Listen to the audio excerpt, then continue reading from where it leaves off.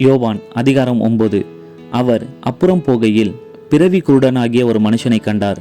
அப்பொழுது அவருடைய சீஷர்கள் அவரை நோக்கி, ரபி, இவன் குருடனாய் பிறந்தது யார் செய்த பாவம்? இவன் செய்த பாவமோ இவனை பெற்றவர்கள் செய்த பாவமோ என்று கேட்டார்கள். இயேசு பிரதியுத்தரமாக, இது இவன் செய்த பாவமும் அல்ல, இவனை பெற்றவர் செய்த பாவமும் அல்ல. தேவனுடைய கிரியைகள் இவனிடத்தில் வெளிப்படும் பொருட்டே இப்படி பிறந்தான். பகற்காலம் இருக்கும் மட்டும் நான் என்னை அனுப்பினவருடைய கிரியைகளை செய்ய வேண்டும். ஒருவனும் கிரியை செய்யக்கூடாத ராக்காலம் வருகிறது. நான் உலகத்தில் இருக்கையில் உலகத்திற்கு ஒளியாயிருக்கிறேன் என்றார். இவைகளை சொல்லி அவர் தரையிலே துப்பி உமிழ்நீரினால் சேறு உண்டாக்கி அந்த சேற்றை குருடனுடைய கண்களின் மேல் பூசி, நீ போய் சீலோவாம் குளத்திலே கழுவு என்றார். சீலோவாம் என்பதற்கு அனுப்பப்பட்டவன் என்று அர்த்தமாம். அப்படியே அவன் போய் கழுவி பார்வை அடைந்தவனாய் திரும்பி வந்தான். அப்பொழுது அயலகத்தாரும் அவன் குருடனாய் இருக்கையில் அவனை கண்டிருந்தவர்களும், இவன் உட்கார்ந்து பிச்சை கேட்டுக் கொண்டிருந்தவன் அல்லவா என்றார்கள். சிலர் அவன்தான் என்றார்கள். வேறு சிலர் அவனுடைய சாயலாயிருக்கிறான் என்றார்கள். அவனோ நான் தான் அவன் என்றான். அப்பொழுது அவர்கள் அவனை நோக்கி, உன் கண்கள் எப்படி திறக்கப்பட்டது என்றார்கள். அவன் பிரதியுத்தரமாக, இயேசு எண்ணப்பட்ட ஒருவர் சேறு உண்டாக்கி என் கண்களின் மேல் பூசி, நீ போய் சீலோவாம் குளத்திலே கழுவு என்றார். அப்படியே நான் போய் கழுவி பார்வையை அடைந்தேன் என்றான். அப்பொழுது அவர்கள், அவர் எங்கே என்றார்கள். அவன் எனக்கு தெரியாது என்றான். குருடனாயிருந்த அவனை பரிசேயரிடத்திற்கு கொண்டு போனார்கள். இயேசு சேறு உண்டாக்கி அவன் கண்களை திறந்த நாள் ஓய்வு நாளாயிருந்தது. ஆகையால் பரிசேயரும் அவனை நோக்கி, நீ எப்படி பார்வையடைந்தாய் என்று மறுபடியும் கேட்டார்கள்.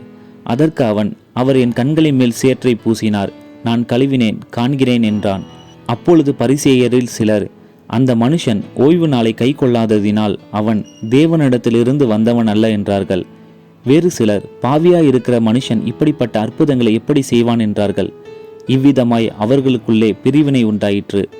மறுபடியும் அவர்கள் குருடனை நோக்கி, உன் கண்களை திறந்தானே, அவனை குறித்து நீ என்ன சொல்லுகிறாய் என்றார்கள். அதற்கு அவன், அவர் தீர்க்கதரிசி என்றான். அவன் குருடனாயிருந்து பார்வை அடைந்ததை யூதர்கள் நம்பாமல் பார்வை அடைந்தவனுடைய தாய் தகப்பன்மாரை அழைப்பித்து அவர்களை நோக்கி, உங்கள் குமாரன் குருடனாய் பிறந்தான் என்று சொல்லுகிறீர்களே, அவன் இவன்தானா? இவனானால் இப்பொழுது இவன் எப்படி பார்வை அடைந்தான் என்று கேட்டார்கள். தாய் தகப்பன்மார் பிரதியுத்தரமாக, இவன் எங்கள் குமாரன்தான் என்றும் குருடனாய் பிறந்தான் என்றும் எங்களுக்கு தெரியும். இப்பொழுது இவன் பார்வையடைந்த வகை எங்களுக்கு தெரியாது. இவன் கண்களை திறந்தவன் இன்னான் என்பதும் எங்களுக்கு தெரியாது. இவன் வயது உள்ளவனாய் இருக்கிறான். இவனை கேளுங்கள், இவனே சொல்லுவான் என்றார்கள். அவனுடைய தாய் தகப்பன்மார் யூதர்களுக்கு பயந்ததினால் இப்படி சொன்னார்கள். ஏனெனில் இயேசுவை கிறிஸ்து என்று எவனாவது அறிக்கை பண்ணினால் அவனை ஜெபாலயத்துக்கு புறம்பாக்க வேண்டும் என்று யூதர்கள் அதற்கு முன்னமே கட்டுப்பாடு செய்திருந்தார்கள். அதிநிமித்தம் இவன் வயது உள்ளவனாய் இருக்கிறான், இவனையே கேளுங்கள் என்று அவன் தாய் தகப்பன்மார் சொன்னார்கள். ஆதலால் அவர்கள் குருடனாய் இருந்த மனுஷனை இரண்டாம் தரம் அழைத்து, நீ தேவனை மகிமைப்படுத்து, இந்த மனுஷன் பாவி என்று நாங்கள் அறிந்திருக்கிறோம் என்றார்கள்.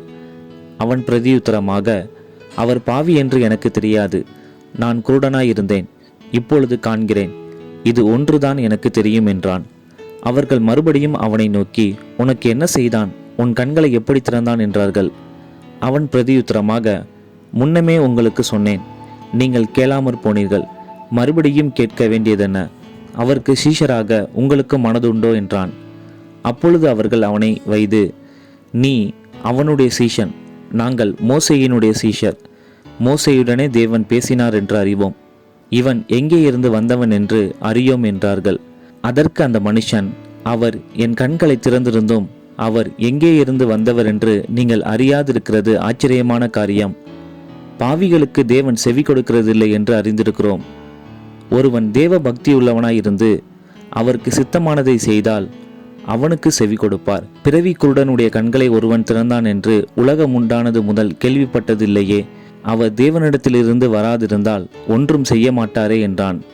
அவர்கள் அவனுக்கு பிரதியுத்தரமாக, முழுவதும் பாவத்தில் பிறந்த நீ எங்களுக்கு போதிக்கிறாயோ என்று சொல்லி அவனை புறம்பே தள்ளிவிட்டார்கள்.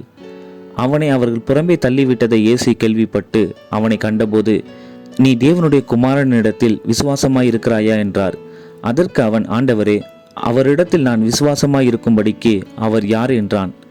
இயேசு அவனை நோக்கி, நீ அவனை கண்டிருக்கிறாய், உன்னுடனே பேசுகிறவர் அவர்தான் என்றார். உடனே அவன், ஆண்டவரே, விசுவாசிக்கிறேன் என்று சொல்லி அவரை பணிந்து கொண்டான். அப்பொழுது இயேசு, காணாதவர்கள் காணும்படியாகவும் காண்கிறவர்கள் குருடராகும்படியாகவும் நியாய தீர்ப்புக்கு நான் இந்த உலகத்தில் வந்தேன் என்றார். அவருடனே கூட இருந்த பரிசேயரில் சிலர் இவைகளை கேட்டபொழுது, நாங்களும் குருடரோ என்றார்கள். இயேசு அவர்களை நோக்கி, நீங்கள் குருடராய் இருந்தால் உங்களுக்கு பாவமிராது. நீங்கள் காண்கிறோம் என்று சொல்லுகிறபடியினால் உங்கள் பாவம் நிலை நிற்கிறது என்றார்.